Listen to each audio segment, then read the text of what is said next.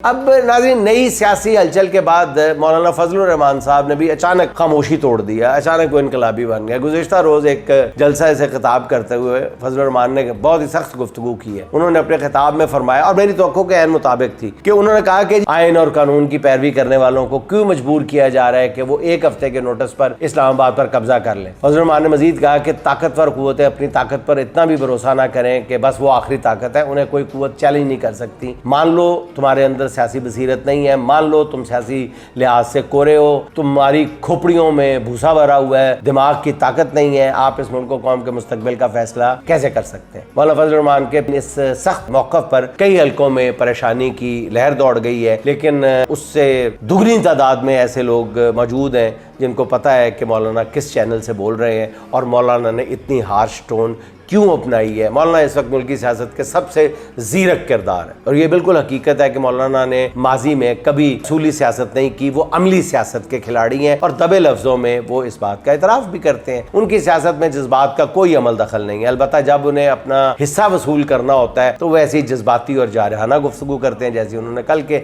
अवामी इज्तिमा में की है। तो मौलाना को अपनी कुव्वत का ठीक ठीक अंदाज़ा है, वो मुल्क के किसी भी हिस्से में जब चाहे 2.5-3 लाख अफराद जमा कर सकते हैं और यही इनकी कुव्वत है जिससे मुक्तदरा जो है वो खौफजदा भी रहती है। जब आइन का कबाड़ा हो चुका, मौलाना आइन के मुहाफ़िज़ बनकर मैदान में आ गए, मौलाना को आइन का इतना ही ख्याल है नाज़रीन, तो बंदर बांट में मिलने वाली मखसूस नशस्तें कबूल ना करने का ऐलान कर दें ना, कह दें कि ये सब गैर आइनी है, हम इसका हिस्सा नहीं बनेंगे, हम नशस्तें नहीं लेंगे। मौलाना कह दें कि कम से कम वो किसी के हक पर डाका डालने वाले नहीं बनना चाहते, इससे भी उनकी अवामी साख में इजाफा हो सकता है, आइंदा इंतखाबात में उनको बहुत फ़ायदा हो सकता है।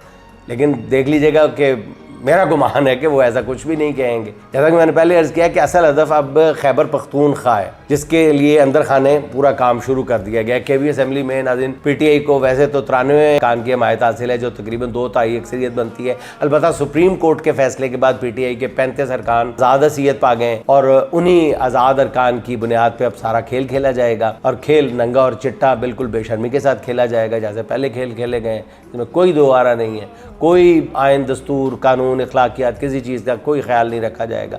लेकिन मौलाना भी एक शातिर और अच्छे सियासी खिलाड़ी के तौर पर बहुत वक्त पे मैदान में कूदे हैं। अपनी जारहाना गुफ्तगू से उन्होंने मुख्तदर हलकों को पैगाम दे दिया है, KP में किसी भी तब्दीली की सूरत में पहला हक उनका है। अब मौलाना के जारहाना बयानात को ज़्यादातर लोग जो हैं वो इसी तनाजुर में देख रहे हैं।